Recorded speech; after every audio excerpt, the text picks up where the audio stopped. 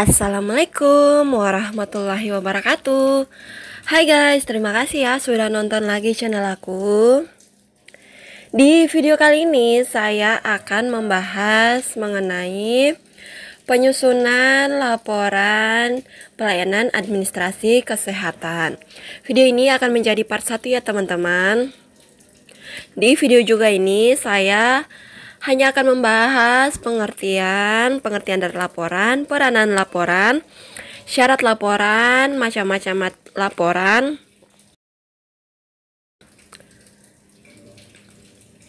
Jadi di video kali ini saya hanya akan membahas itu saja. Nanti di video part 2-nya baru saya akan membahas mengenai penyusunan laporan, dan di part 3-nya yaitu mengenai langkah-langkah membuat laporan. Jadi bagi teman-teman, simak terus video saya, jangan di skip-skip ya. Namun sebelum kita masuk pada videonya, pada materinya, bagi teman-teman jangan lupa dulu untuk mendukung channel aku dengan cara subscribe. Dan jika kalian suka pada video ini, kalian bisa like, kalian juga bisa komen di bawah konten apa selanjutnya yang akan saya bahas. Dan bagi teman-teman jangan lupa untuk nyalakan notifikasi lonceng agar teman-teman tidak ketinggalan video-video saya selanjutnya. Selamat belajar teman-teman. Jadi pertama-tama yang akan kita bahas yaitu mengenai pengertian dari laporan. Secara umum, laporan dapat dianggap sebagai pemberi gambaran mengenai peristiwa yang akan terjadi. Isi laporan yang benar akan mendorong mutu penulisan laporan yang baik. Artinya, isi tercakup pada laporan memiliki bentuk yang sistematis, penalaran yang jelas, dan mengikuti bahasan dengan kritis. Secara umum, laporan dapat dianggap sebagai pelaksanaan komunikasi secara tertulis dan lisan. Sedangkan secara khusus dalam konteks administrasi, laporan memperoleh pengertian khusus sebagai pertanggungjawaban pelaksanaan tugas dan fungsi di setiap organisasi. Dari beberapa pengertian di atas dapat disimpulkan bahwa laporan adalah setiap tulisan yang berisi hasil pengolahan data atau informasi. Laporan juga dapat dijadikan sebagai alat komunikasi yang di dalamnya terdapat beberapa kesimpulan atau rekomendasi dari fakta-fakta atau keadaan-keadaan yang telah diselidiki. Jadi berdasarkan pengertian ini, suatu laporan berkaitan dengan suatu penyidikan, pengamatan, penelitian dari suatu keadaan yang kemudian diperoleh data informasi yang relevan. Selanjutnya, data informasi diolah dan ditulis menjadi suatu laporan. Laporan yang ditulis harus jelas tujuannya. Laporan mempunyai salah satu atau lebih dari beberapa tujuan sebagai berikut. Pertama, isi laporan harus mengatasi masalah. Kemudian, pengambilan keputusan, mengetahui perkembangan ataupun kemajuan, serta mengadakan pengawasan, pengendalian ataupun perbaikan. Ada berbagai jenis peranan dari laporan. Pertama, peran laporan dalam organisasi. Laporan merupakan alat komunikasi dalam suatu organisasi. Dengan alat inilah pemimpin diberikan umpan balik sehingga pimpinan dimungkinkan untuk menguji atau mengubah kebijaksanaan yang telah dibuat. Di samping itu, laporan juga sebagai alat manajerial dalam melaksanakan tugas fungsi perencanaan, pengorganisasian, pengambilan keputusan, pengawasan, dan pengendalian. Peranan laporan yang kedua yaitu dalam fungsi administratif communication. Yang pertama yaitu pertanggungjawaban dan pengawasan pengendalian.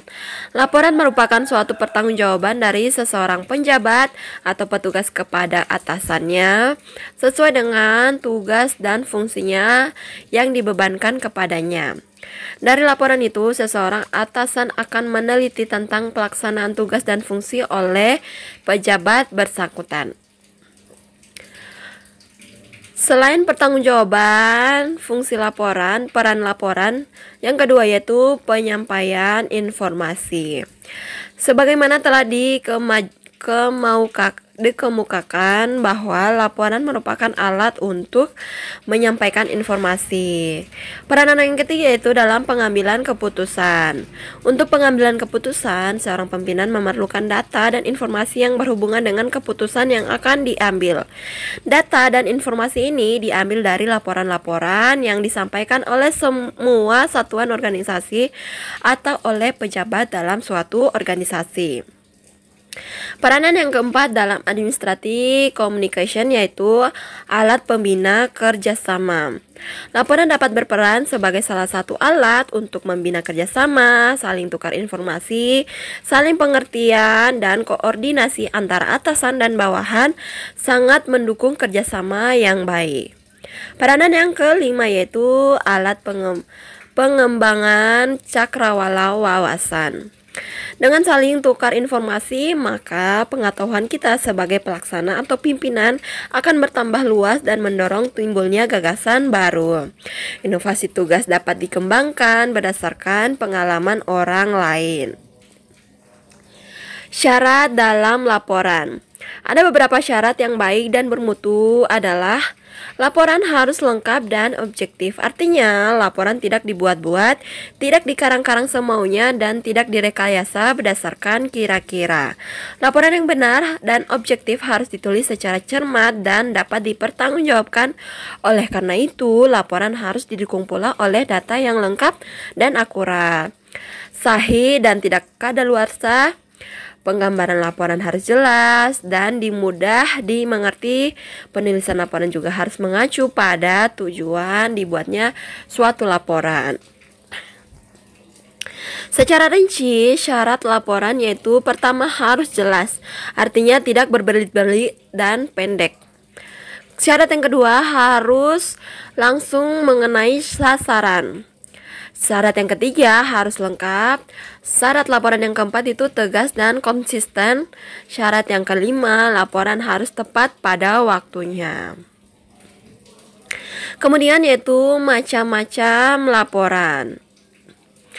Menurut Littlefield dan kawan-kawan pada tahun 1985 secara garis besar ada dua jenis laporan, yaitu pertama laporan penelitian atau laporan akademik. Kemudian yang kedua ada namanya laporan administratif atau tata laksana atau laporan manajerial. Jadi yang pertama kita akan bahas yaitu laporan penelitian dan laporan akademik. Laporan penelitian atau laporan akademik merupakan hasil penelitian yang bisa berbentuk tesis, monografi, atau artikel yang ditujukan pada sponsor, masyarakat akademik, atau masyarakat luas. Sedangkan laporan administratif atau laporan manajerial dapat dibedakan menurut tujuan penggunaan, waktu pembuatannya, dan gaya penulisannya yang dapat kita bedakan sebagai berikut. Menurut tujuannya, laporan dapat kita bagi menjadi laporan perencanaan atau planning report, kedua laporan pengendalian atau control report. Sedangkan menurut waktunya, laporan dapat kita bagi menjadi laporan berkala, misalnya laporan triwulan, laporan tahunan. Sedangkan menurut waktunya dibagi menjadi laporan khusus atau special report. Contohnya itu seperti laporan mengikuti diklat. Pembagian yang ketiga menurut gaya penulisan, laporan dapat kita bagi lagi menjadi laporan resmi, contohnya seperti laporan ketua panitia pelaksana kegiatan pada pimpinan instansi, dan laporan tak resmi, contohnya itu seperti laporan mengikuti rapat yang dibuat bawahan pada atasan. Baiklah, sekian dulu materi kali ini. Bagi teman-teman jangan lupa untuk tonton part 2-nya yaitu mengenai penyusunan laporan. Sekian dulu video kali ini, semoga video ini bisa bermanfaat untuk teman-teman. Sampai jumpa di video selanjutnya.